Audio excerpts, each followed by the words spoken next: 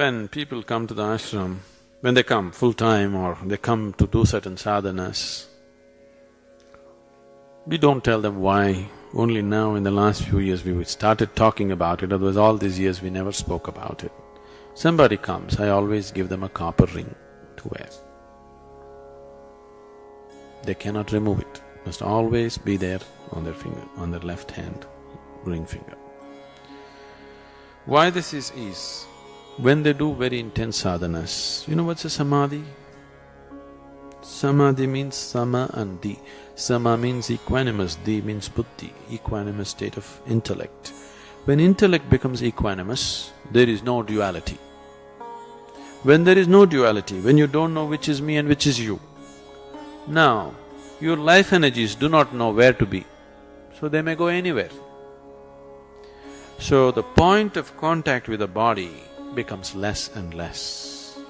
It can be brought down to a point where your point of contact with the body is just one-pointed. When somebody becomes one-pointed contact, we say nirvikalpa samadhi. If a person is in this state, if I just do this, he will leave the body for good. Even a pinprick is enough.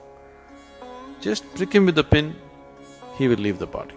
He will be in such a fragile state. His contact with the body is so minimal, he is elsewhere already. But just one-point contact with the body, this is known as samadhi. When people are in such states, we keep them in protected atmospheres, very, very tightly protected atmospheres. Nobody is allowed to go there except a few people who are prepared for such situations. But when we do certain work, one of the things was the consecration of Dhyanalinga.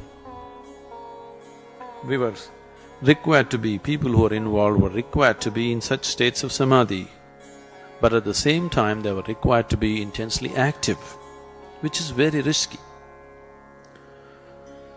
People can very easily leave the body. One moment of unawareness, they can leave the body and they may not be sometimes able to regain the body.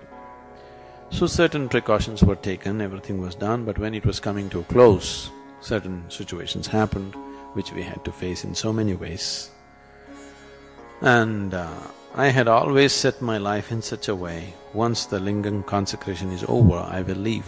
I had planned my life that way, everything was settled that way, all preparations were made for me to leave. But because of certain situations, certain changes that happened in the situation, we made efforts to recover the body. In the process of consecrating the lingam, I used my body and my energy so blatantly. Those who have seen me before, or if you see my pictures, you will see in just about 8 to 9 months, I aged almost 25 to 30 years.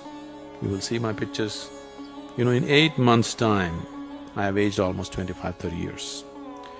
Because we used the system so blatantly, because I never planned to live beyond that.